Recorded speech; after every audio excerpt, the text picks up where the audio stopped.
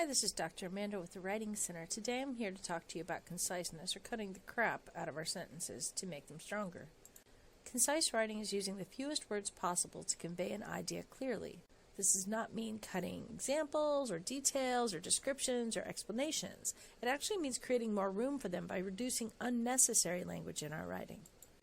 Clear writing is writing that is consistent, straightforward, and easy to comprehend. It says what it needs to say as clearly as possible and avoids awkward constructions and unnecessary language. Clarity and conciseness are related. We'll have another workshop on sentence-level clarity soon, so stay tuned.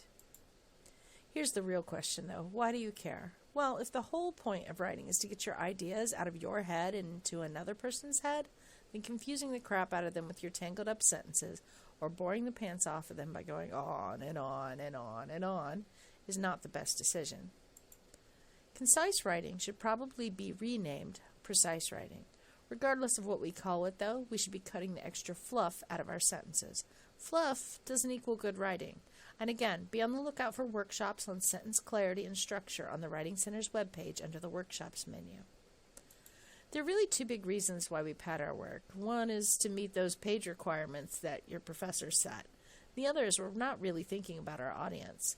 But there's some things that we could do instead. If you're padding your work in order to meet page requirements, you're probably not doing yourself any favors. Instead of padding your work with extra phrases or extra language that doesn't need to be there, try providing another example. Honestly, find another source, find another resource, find another example that you can talk about. That makes your paper longer the right way. When we don't think about audience, we're doing ourselves a disservice as well. Put yourself in your audience's shoes. Would you want to read a sentence like that? If you don't like to read it, then don't make your readers read it. So we do need to cut out the fluff to make room for good stuff. We will need to eliminate words that explain the obvious, unnecessary modifiers, unnecessary adverbs, redundant pairs, redundant categories, something I like to call ofness, and instead focus on avoiding being or linking verbs, using stronger verbs, and combining sentences to create clearer and more concise sentences. So let's start with words that explain the obvious. This is a wordy sentence. I received your inquiry that you wrote about tennis rackets yesterday and read it thoroughly. Yes, we do have. Now imagine yourself receiving this in an email as a response to a question that you've asked. Well, I received your inquiry about tennis rackets yesterday. Yeah, we do have this. Even more concise is something that just answers the question. Yes, we do have this. We want to eliminate words that explain the obvious as well. Imagine a mental picture of someone engaged in the intellectual activity of trying to learn what the rules are for how to play the game of chess. I have no idea what this means. Imagine a mental picture. Well, if it's a mental picture, then you are imagining it. Engaged in the intellectual activity. Well, wait, what? This sentence is very confusing, and it can be made more precise and more concise by just eliminating what doesn't need to be there. So imagine someone trying to learn the rules of chess much clearer than the sentence that preceded it. We need to eliminate words that explain the obvious. So if you're trying to contact your boss and you send them an email like this: after booking a ticket to Dallas from a travel agent, I packed my bags and arranged for a taxi to the airport. Once there, I checked in, went through security, was ready to board, but problems beyond my control led to a 3-hour delay before takeoff. My flight to Dallas was delayed for 3 hours. The rest of the information that's in that previous sentence, the wordy version of this, is absolutely unnecessary. My flight to Dallas was delayed for 3 hours. Most of the time, if we have a delay in a flight, it really is beyond our control. So that didn't need to be mentioned. And the process of checking in and going through security, that's just the nature of getting on a flight. So it really didn't need to be mentioned unless it was something that was unusual. We can eliminate unnecessary adverbs as well. The sentence, she walked very slowly and leisurely down the path, takes up a lot of room, but it could be more precise. What if we write, she strolled down the path? Because anybody who's walking very slowly and leisurely is strolling. And then we could add more information about what the path was like or why she was strolling, because that's what's missing here. We also want to avoid words like very, really, extremely, basically, definitely, actually, generally, individual, specifically, particularly, and for all intents and purposes. Not a useful phrase. So let's eliminate unnecessary modifiers. Any particular type of dessert is fine with me. Any dessert is fine with me.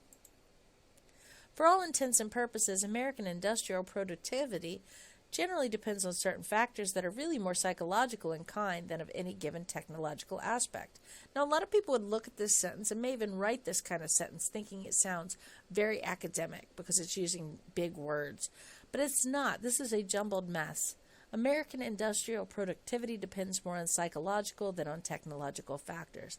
That is more precise writing, and that is more academic by far. We can eliminate unnecessary modifiers in lots of places. Her mother considered the new iPhone 11 to be an unneeded and unnecessary luxury. Well, it turns out that anything that's unneeded and unnecessary is a luxury, so her mother considered the iPhone 11 a luxury. Redundant pairs happen all over the place. We can get rid of these things. Past memories. That's a ridiculous phrase. Of course it's past memories. That's where memories take place. If we talk about basic fundamentals, well, fundamentals are basic, and things that are basic are fundamental. So those words don't need to go together. True facts is the same thing. If it's true, then it's a fact. If it's a fact, then it's true. One phrase I see happening all over the place in advertising is free gift. Well, if it's a gift, it's free. And if it's free, it's a gift. So those words never need to go together. Phrases like very unique and extremely unique. You may have heard professors mention that something is either unique or it's not. It can't be very unique. It's either unique or it's not unique. It can't be extremely unique. Either it is or it isn't. Phrases like unexpected surprise might seem sort of natural to say, but that's really strange writing. If it's unexpected, it's a surprise, and if it's a surprise, it's unexpected. So we need to eliminate any redundant pairs that we have. Another thing to eliminate is what I call ofness. So this ofness sentence is an example from a book called Style, Towards Clarity and Grace by Joseph Williams. Our lack of knowledge about local conditions precluded determination of committee action effectiveness and fund allocation in those areas in greatest need of assistance. This is a mess of a sentence. I'm really not sure. So here's a similar sentence. The lack of knowledge of local customs kept the committee from determining the most effective way to distribute funds to those in need. How about just ignorance? Ignorance of local conditions kept the committee from distributing funds effectively to those in need. So phrases like during the course of, distance of over a mile, in the vicinity of, made an investigation of, we can eliminate. If it's during the course of, then it's during. If it's a distance of over a mile, then it's over a mile. If it's in the vicinity of something, it's near it. And if somebody made an investigation of something, well, they investigated it. We also can eliminate redundant categories, things like cheap. Well, cheap by nature is a quality of something, so we don't need to say cheap quality. If somebody's honest in character, well, honesty is a characteristic that somebody can have, so we don't have to say honest in character, they're just honest. If something's unusual in nature, well, its nature is unusual. Therefore, unusual will serve just by itself. Something large in size, well, large is a size, so you don't need to say in size. Round in shape, well, round is a shape, so just call it round. We can also avoid being verbs. Being or linking verbs are weaker verbs. They are necessary, they are useful, they are important sometimes, but they don't really add explanation and they can water down your writing. So here's an example of our being or linking verbs. Is, am, are, was, were, be, being, been, have, has, had, do, does, did, can, will, shall, must, might, may, could, would, should. A lot of times those are absolutely necessary, but when we start linking or stringing these things together, we have a little bit of a problem with conciseness. For example, she is laughing is the same as she laughs, and it's much more direct. She is laughing. She laughs. If something becomes shiny, then it shines. If people were of the belief that something was true, then they believed it was true. So if we get rid of unnecessary clutter, then we have room for more explanation. She laughs, and the sound is like shattering glass. He polishes the old trophy until it shines like new. They firmly and wholeheartedly believed they were in the right. So imagine we used the other form of this. They firmly and wholeheartedly were of the belief that they were in the right. Ooh, that sentence got messy. Be precise. Use stronger verbs whenever possible. Here's an example. The waves were so high that the boat was nearly tipping on end. Exciting moment, but boring writing, and it has to do with those verbs, were and was, which are both being verbs. How about something a little bit more active? The waves towered. So instead of they were so high, they towered until the boat nearly tipped on end. Much better. But the waves swelled high in the middle of the stormy ocean. The little boat nearly tipped on end as it was thrown about in the current. Now I'm interested. And then what happened? I want to know more. Even though this is a creative example, it doesn't mean the same moves, the same considerations aren't true for your academic papers. We can also combine things to cut. Some of you might use a choppy writing style. That can lead to imprecise sentences. So here's a wordy sentence. Ludwig's castles are an astounding marriage of beauty and madness. By his death he had commissioned 3 castles. How about this? Ludwig's 3 castles are an astounding marriage of beauty and madness. That's really all we need. How about this sentence? The supposed crash of a UFO in Roswell, New Mexico aroused interest in extraterrestrial life. This crash is rumored to have occurred in 1947. The rumored 1947 crash of a UFO in Roswell, New Mexico aroused interest in extraterrestrial life. So by combining bits of information from 2 sentences into 1 in these cases, we are able to be much more concise. Now, being concise does not mean cutting out specific language that gives us more information. That information is actually important. If you can ask who, what, where, why, when, how in a sentence, then you need to provide those answers for your audience.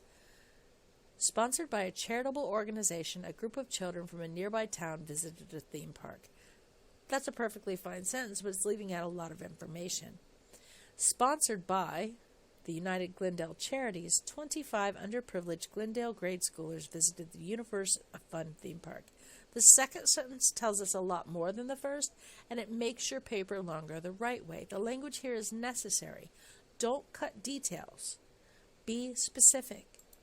Wordiness, though, is often next to nothingness. Look at this wordy sentence. The politician talked about several of the merits of after-school programs in his speech. The politician promoted after-school programs in his speech. So if he's talking about the benefits of something, then he's promoting it.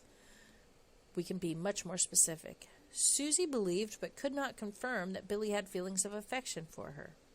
That is a very strangely worded way of saying Susie assumed that Billy liked her. Our website has made available many of the things you can use for making a decision on the best dentist. Our website presents criteria for determining the best dentist? Much clearer. Working as a pupil under someone who develops photos was an experience that really helped me learn a lot. Working as a photo technician's apprentice was an educational experience. The teacher demonstrated some of the various ways and methods for cutting words from my essay that I had written for class. That's a little bit of a tangly sentence. The teacher demonstrated methods for cutting words from my essay. So let's try a little bit more. See if you can figure out how to make these more concise. There's a desire on the part of many of us college students to maintain a fall break for the purpose of getting away from the demands of our studies. How would you make this more precise?